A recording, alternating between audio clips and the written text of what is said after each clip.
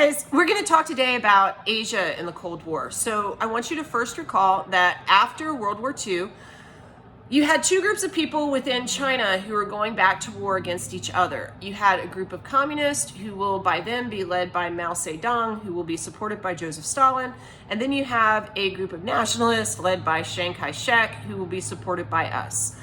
Chiang Kai-shek was our ally in China during World War II. He actually signed the Potsdam Declaration with us. So that's how those groups are set out.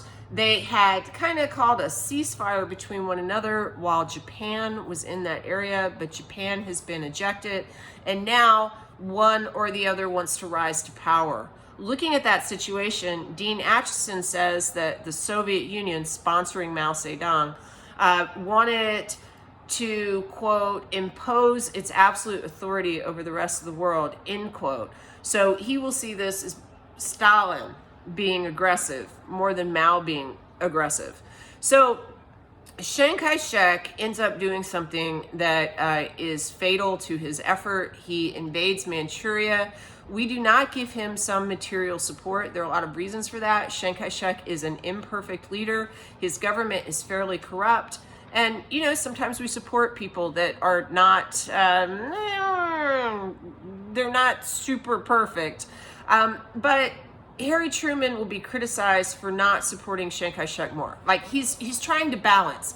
How much shall I support this guy? You know, he's going to engage in something called the White Terror. So that should give you an idea that he's not a perfect actor. But he was more perfect than Mao Zedong, let me tell you. So anyway, Chiang Kai-shek ends up losing. He goes to a place called Formosa. He sets up a shadow government. Formosa is now Taiwan, which should give you an indication of why the Chinese communists absolutely hate Taiwan and today. And that's kind of that. And we say Chiang Kai-shek is still in charge of the government, even though Mao Zedong kind of controls mainland China. So Harry Truman is going to be criticized for this because he's supposed to be engaging in containment, and this is obviously not communist contained. And then even worse, the Soviet Union is going to reveal that it has its own nuclear bomb. So we're going to enter into a mad period, mad, I tell you. And this mad period is a time of mutually assured destruction. That means that these two superpowers really can't go head to head with one another, because if they do, they can literally blow up the world. So instead, what they do is they engage in proxy wars, which are much smaller wars that kind of show who is establishing power in kind of a different way, in a less dangerous way. So this impacts Asia in all sorts of ways. But to talk about the first proxy war, you need to think back to the fact that Joseph Stalin invaded Manchuria after we had dropped the first nuclear bomb on Japan. And that meant that he put his soldiers there and he had a claim to part of Asia. So as we were divvying up the Japanese empire in ways that would give places that they had conquered back to their own people, but also B, create some sphere of influence for ourselves, the Soviet Union had some claim to that. And there's going to be a place called Korea that we are going to separate into two spheres. But before I get to that, I do want to mention that because we had conducted the island hopping campaign, because we had fought so hard and long in the Pacific, we are going to say to the Soviets, hey, dudes, you don't get anywhere near Japan. We rebuild Japan. We send Douglas MacArthur there, who will serve really as a pseudo-dictator for a while, but a very benevolent one.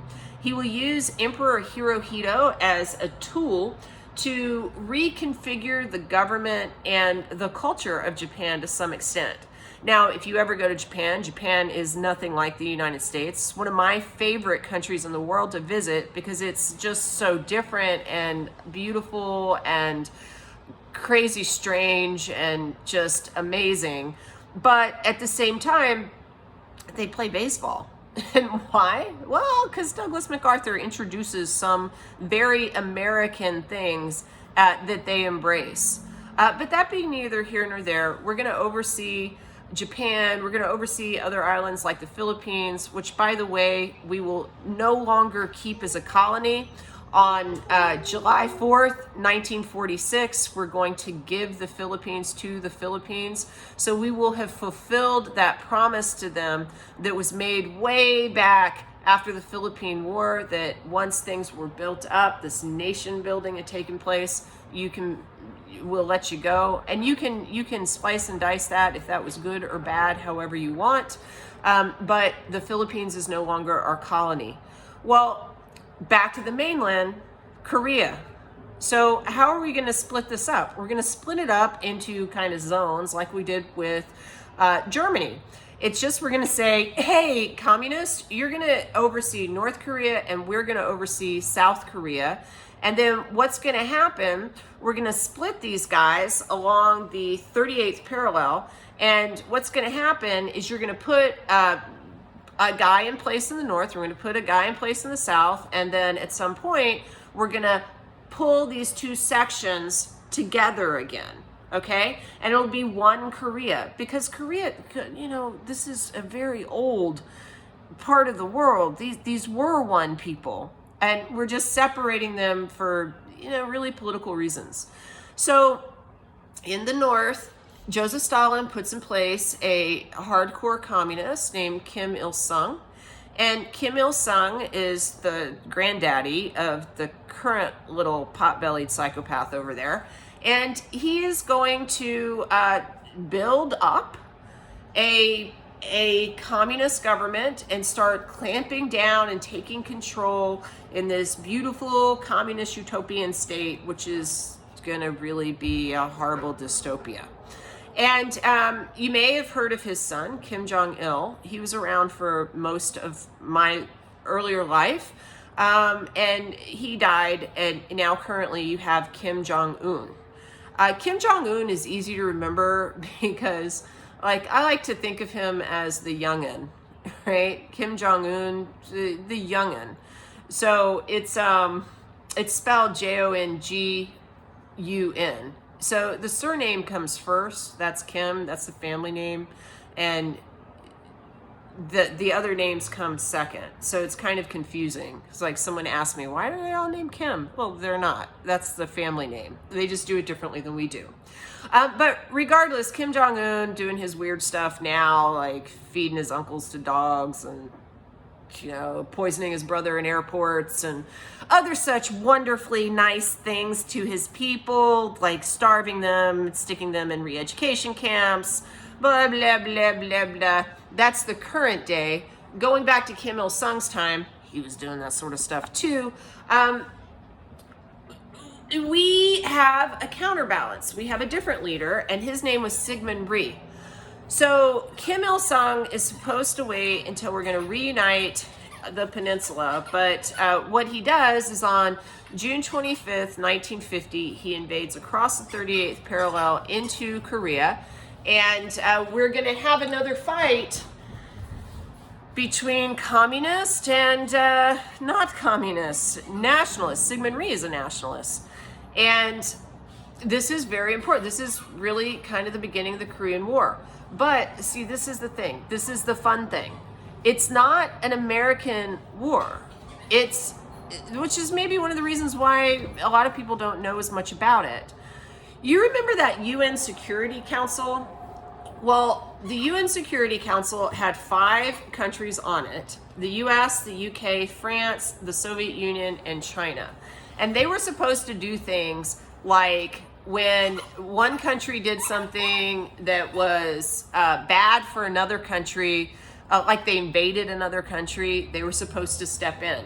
Well, Kim Il-sung invades into South Korea, Syngman Rhee's territory, to try and reunite the peninsula violently, and that wasn't how that was supposed to go down. So it's like another country invading into another country. So you're going to have a vote at the Security Council about whether or not there should be a UN force to stop that.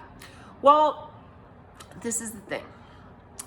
Going back to that war in China, we on the Security Council installed Chiang Kai-shek as China. And the Soviet Union was absolutely angry about that. So they essentially threw down their marbles and went home. They boycotted the whole proceedings in the Security Council and the UN.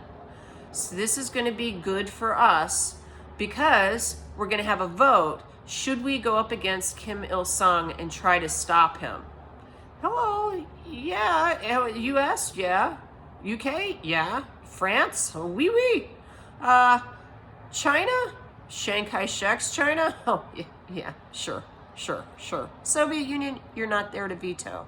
So we're going to have a war in Korea, but sponsored by the UN, so it's a proxy war. We're not going to go head to head with the Soviet Union. Now, there are 70,000 North Koreans running around South Korea. Douglas MacArthur is going to plan this brilliant amphibious landing at a place called Incheon that will end up pushing the North Koreans back up over the 38th parallel. We're going to actually chase them almost to China. Then China will become engaged in the war, and things become really dangerous for Harry Truman because he's scared that this UN police action will turn into something bigger with the Soviet Union. So there's going to be a very big dispute between him and his main general, MacArthur. MacArthur will end up being fired over strategy. And eventually what will happen is we will secure the UN's objective, which was keeping the North Koreans above the 38th parallel and keeping us below it. And we had an armistice that was signed underneath. Harry Truman actually leaves office, and Dwight Eisenhower will come into office. Joseph Stalin will die, which will be very helpful. And we'll have an armistice signed in Panmunjom, which it's a ceasefire. It doesn't say the war's over, it's just a ceasefire. So technically, the police action in Korea has never truly ended. There's not a treaty or anything like that. And we continue to have this sort of weird relationship with North Korea and South Korea staring at each other across the 38th parallel, which is also called the DMZ, the Demilitarized Zone, which for any of you who have actually served on the DMZ, you know that is like the biggest oxymoron because it's one of the most militarized places on the planet. North Korea is a totalitarian state where horrible things happen. I mean, I'm not exaggerating. Torture, starvation. It's not a good place to live. South Korea is a thriving capitalist country that is our close ally. I want you to read about that and pay attention to some of those highlights, but I really just wanted to explain to you how this became a UN police action, and I want you to remember that this is the first proxy war, the first hot war within the Cold War. Hot being actual firing of weapons, all right? Okay, talk to you soon. Bye.